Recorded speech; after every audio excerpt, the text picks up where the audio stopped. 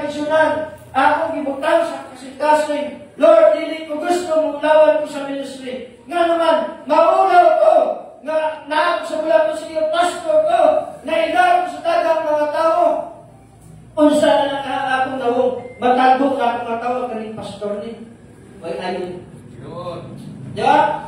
Kanya sa panahon, magsandaw ka, unsa may imong gawong sa ilaha.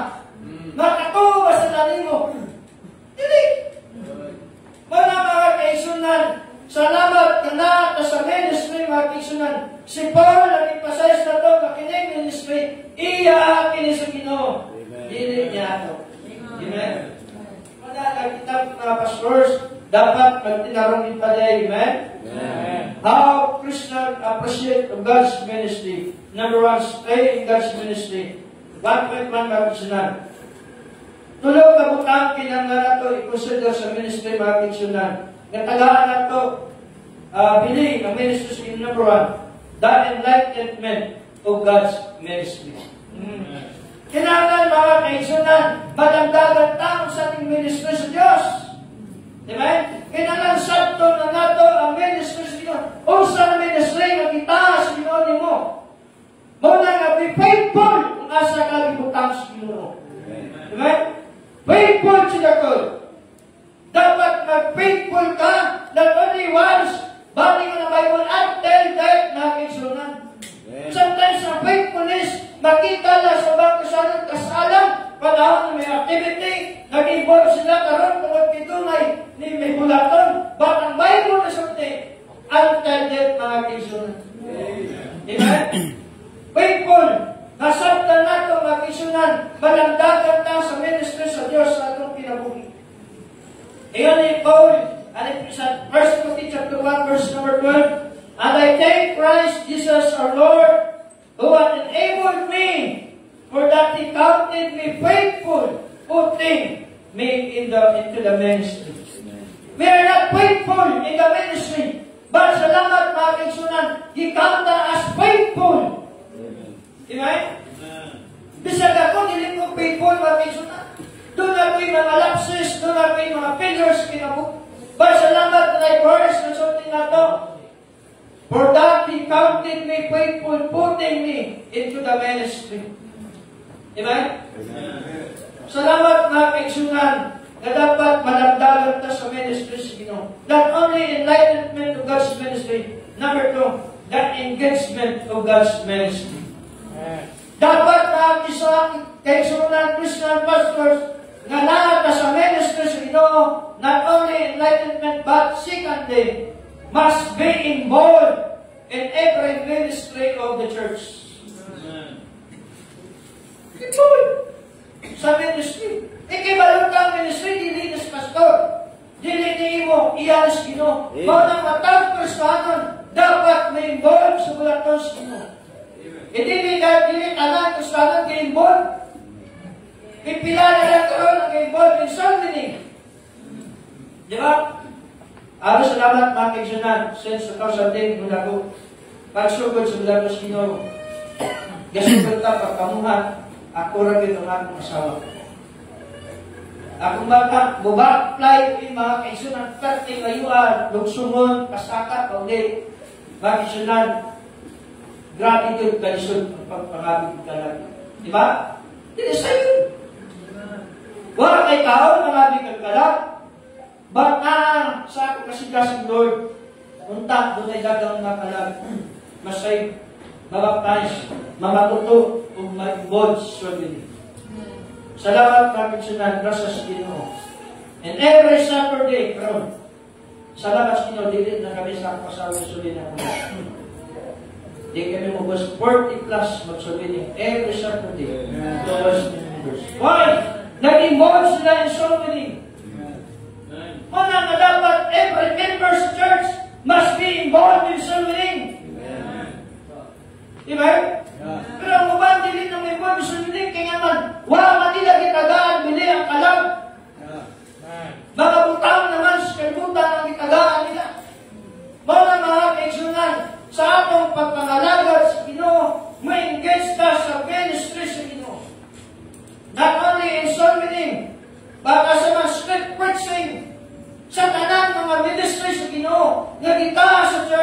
must be involved. Punta, amen? Magikalipay na itong namaluwas.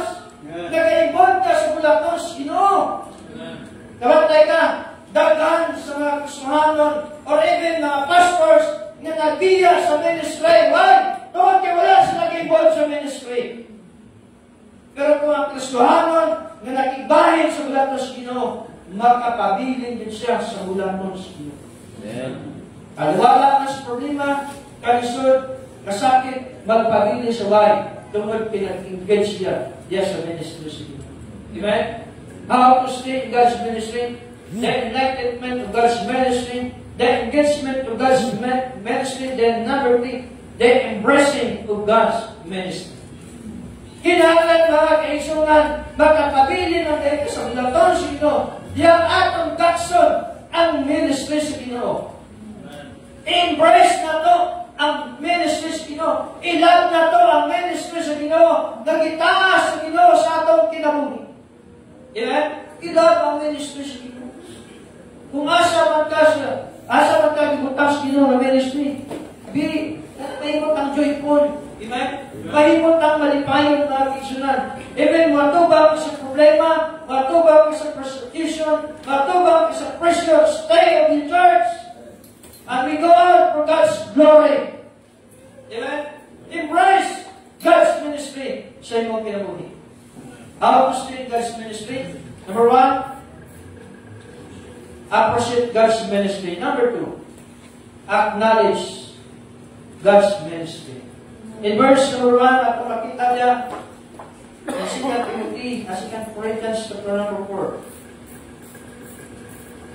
Second Corinthians chapter number 4, verse number 1. Yan, kabalik. And by 1, therefore saying, we have this ministry, as we have received mercy, we repent not. Appreciate God's ministry. Number 2, acknowledge God's mercy as we receive mercy. Atong makita mga kaigsunan, atong ibalon sa atong kinabuhi, na nakata sa bulaton sa Ginoo, tungod nis kaluoy sa Ginoo. Amen? Tungod nis kaluoy sa Ginoo. Kung ang motiba sa atong number sa rin mga kaigsunan, sa to, by grace we began, by grace we continue. Salamat sa Ginoo mga kaigsunan, na nakata sa bulaton sa Ginoo, tungod nis kaluoy krasyo sa Ginoo. Sa atong kinabuhi. Way yung lati sa bulaton sa Ginoo, kung wala ang kaluoy o ang grasya sa Diyos sa atong kinabuhi. Amen? Grasya sa Ginoo tanan mga kaigsunan, na makita na to, muna na, nagaan na to, bilay, ang ministry sa Ginoo, kantidad sa atong kinabuhi. Tanawa mga kaigsunan, ang kaluwasan, kaluoy ni sa Ginoo. Muna nakabot na sa kaluwasan tungod na, ingon sa Titus chapter 3, verse number 5 ng Bible, not by works of righteousness.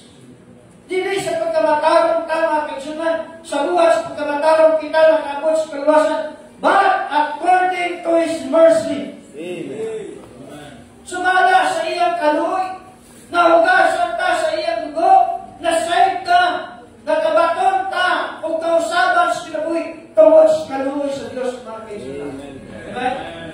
Muna pasalamat sa Ginoo at kaigsunan, na nakaka sa bulaton sa Ginoo. Kanatong kinsanta, kung saan atong kinabuhi.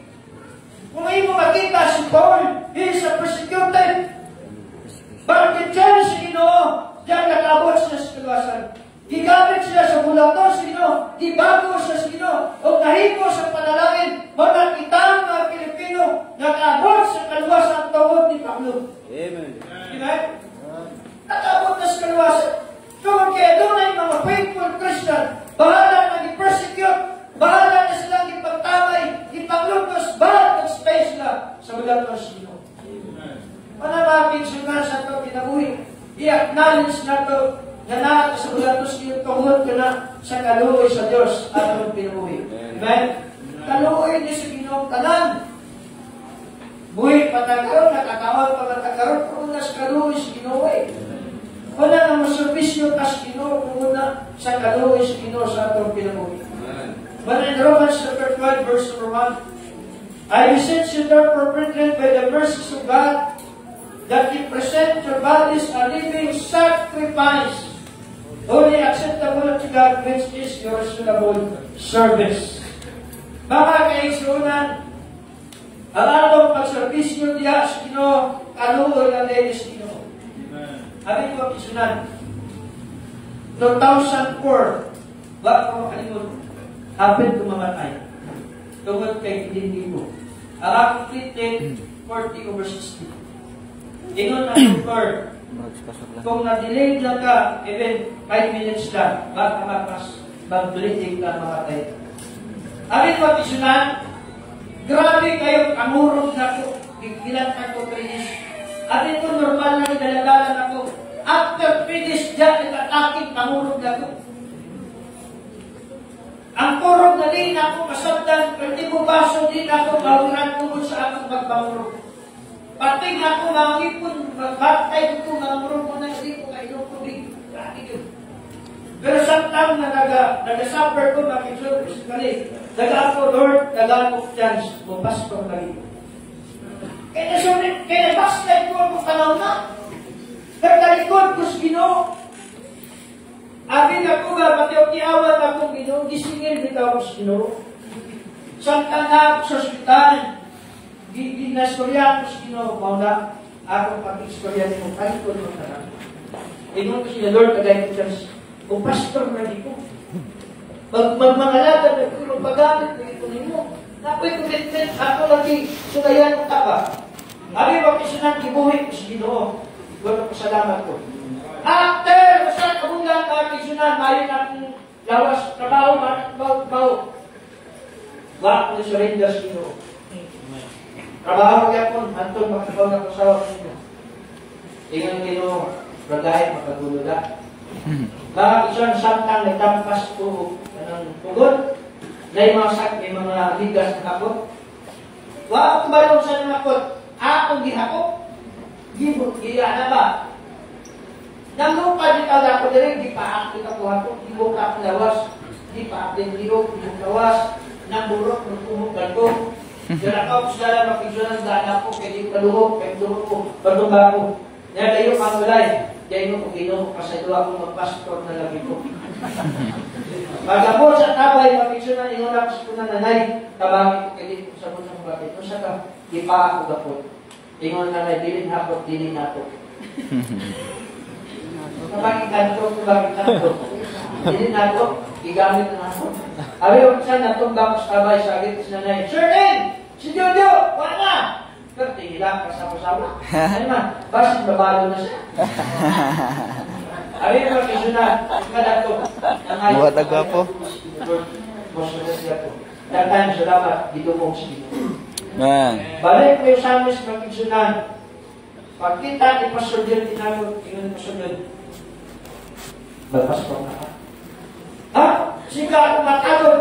E nung dito sa ako commitment ko, magpastor na lagi ko. Ingon na Pastor Dion, sunod bulan, mag-survey ang diyan postigo. Wala, pag-abot na mo yung postigo, survey ito, yung Pastor Dion, sulayin na. Pastor, marami ko kapalayin. Sulayin na. Salamat sa sulay. Pagkaroon na sa platos. Man! Ano ay si Ginoo, mapiksyonan na ato sa platos si Ginoo. Amen? Mga na, dilit na dapat paluya sa ministry, mga kaisunan. Tungkol kayo na ipaluwi ang Diyos. Number 3, the last mapiksyonan. How to stay in God's ministry. Number 1, appreciate God's ministry. Then number 2, mapiksyonan, acknowledge God's ministry. Then number 3, apply God's ministry. Here ang verse number 1, nga pag-ibasa ng mapiksyonan, 2 Corinthians chapter 4, verse number 1, diyan ang kambalik, nga napulas Ginoo. Therefore, he's saying, we have this ministry as we have received mercy. Wait na. Atong i-aplikar ang mga mensahe sa Diyos at pagkinaboy. Ang dili na dapat mumundang sa ministry. Magkapadayot at taliwalas kaluya mga isunan. Pabilin! Sumala kas pulong sa Ginoo. Apply God's message. Wait, palit na! Ayaw kaluya! Dalawa mga isunan na sa inyo sa book of Galatians. Chapter number 6, verse number 9. Ingat ang pulong sa Ginoo. Galatians chapter 6, Verse number 9. And let us not be weary in well-doing, for in due season we shall reap if we faint not. So nagkakatugmang panahon, mga kaigsunan, nagkakaigong panahon, oras na rin, ang atong gibuhat o sa atong nanimon. Paluya-luya ka, katawaan ka. Katawa na ang mga pato. Agresibo po sila natos pagbuhat sa agresibo. Ha? Katawa na mga saksi ni Cuba. Every Saturday, minbon sila sa ilang pagsangyaw. Mga sabarista, gari sila ka-active karon. Para natin doon galuwas asaman. Luya na! Wala ikinasig.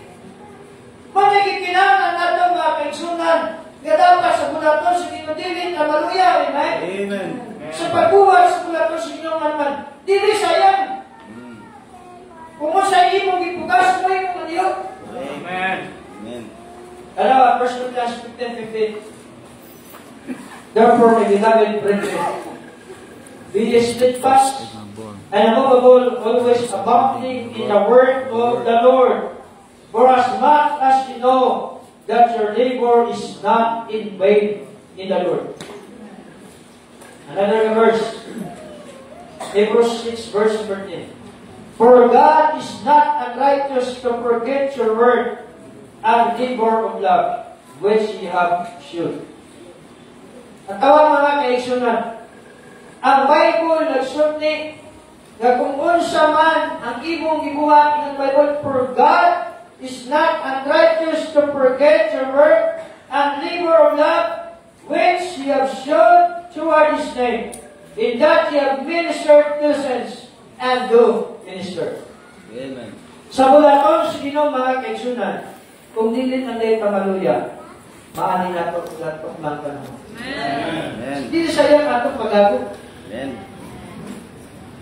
Ako share sa inyo mga kaigsunan sa ministry. Since 2010, nag-private sa Ginoo motor. Nakita sa Ginoo ang aming kabang lunday. Bakla yung bakas. Nag-study ni. 2010, nag-pray. Nag-start may mga unit sa Ginoo motor. Pag-abot December 2010, gitagaan may brand new na motor ang gawin. Waki, gidula ng tawa. Minanawag, pastor, gusto kang motor? Ganun. Sabi mo motor yan, kung sa akin, kung tagaan gawin, gawa ko, adilins ko, sa may bakyan ko. Zayakan ako ni Suman. Kasi yakan na, magamit kita na. Bigawan na ito. Gamit na mas Ginoo. After ito, mga time vacation na, gamit. Itagaan na sa another motor. Ito, sunod na ito. Sticks. And then, kuman sa sticks, gitagaan ko sa Ginoo barako. Kanya, brand new na hub. Igamit mo sila. Dalas, na take 160. Makita niyo ang blessing. Na dili sayang dili ka ang atong pagabot o pagkabunday sa bulaton sa Ginoo. Abi mga kaigsunan, usa sa gi-desire nato sa bulaton sa Ginoo nga makalupit ka sa bulaton sa Ginoo. Amen. Daghang ko migluti mga kaigsunan. Nag-pray kami kay Dunay Luti. Nagitanyag sa mga 750 square meter, 120,000. I-pray na ko sa Ginoo. Gitawagan ko sa usa pastor. Daan na ang blessing. Ibagan na ilalong. Ihatag na lang, madawat mo nimo ang 120,000 para ipalit sa lupi na 720,000. Wow. Wa padayon mga kaigsunan. Kaya ang panalangin nilapas. Kaya na-discourage ko ta? Dili oy. Amay na kamagul? Dili oy. Ngayon kabalik sa Ginoo. Dili ito para ato. Amen. Para ito nila. Pag naidun na siya kasuhan ng pastor, nagkampo ka doon dito. Naidun kay Lydia pastor.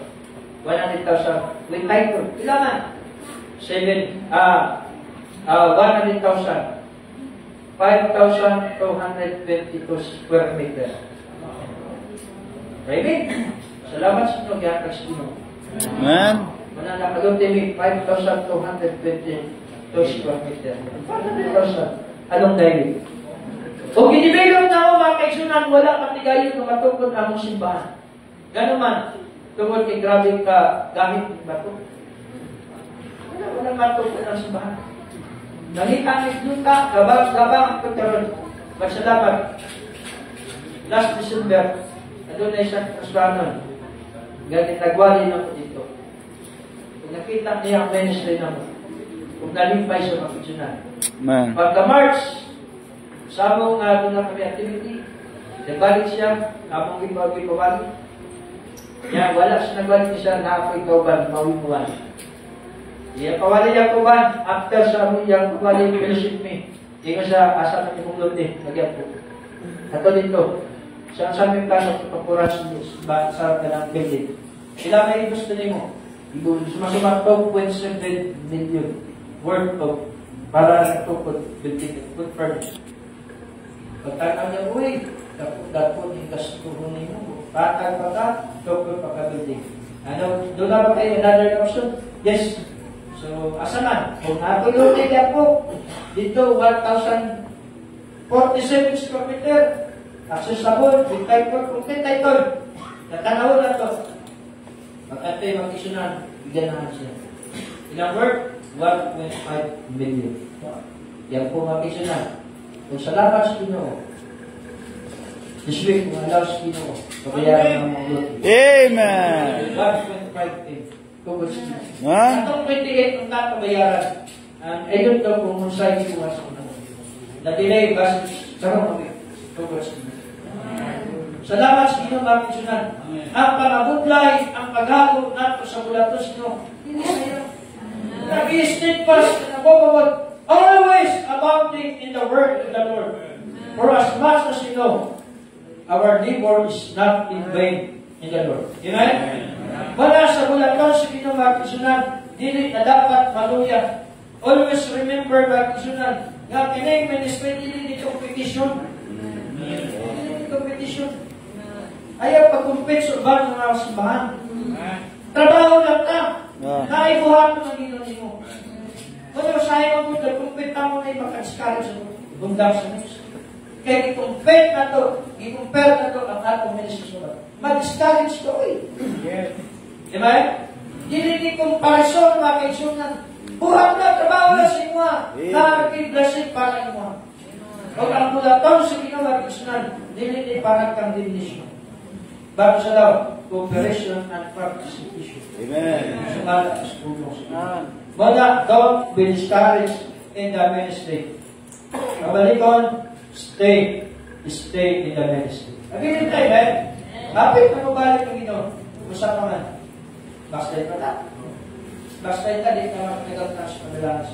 Muna, gamit, gasupong ko sa mga manalangin na ginapakita sa inyo na po. Bless it kayo. Kinsa man baka i-trust na itong panalangin sa inyo sa ministry. Salamat sa mga panalangin sa ministry sa inyo. Doon na miss-call. Nag-i-trust inyo na. Kinsa man ka, di ba? Hindi na yan. Salamat nga ipiyalan ng kasino.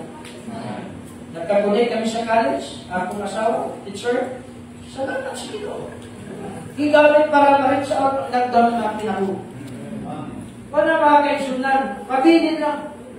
Pastors, pabilin ka. Buhatan ka. Dahil buhatan ng Diyos na pag-imen. Salamat nga na sa mula ng Siyo. Tungod na sa kalong ng Diyos. Gamit na Lord, salamat sa misahe karon. Nag-reply na ang Ginoo. Ito ito kung ang among kasikasin na pabas mula ito. May mga panahon niya ma-discourage ni maluya mi. Kapuyon ni Ginoo. May mga struggles, problema, kalisod, kasakit, na nasinatin na mo sa mga bulaton. But salamat, Bayon Press, di kami na padayon.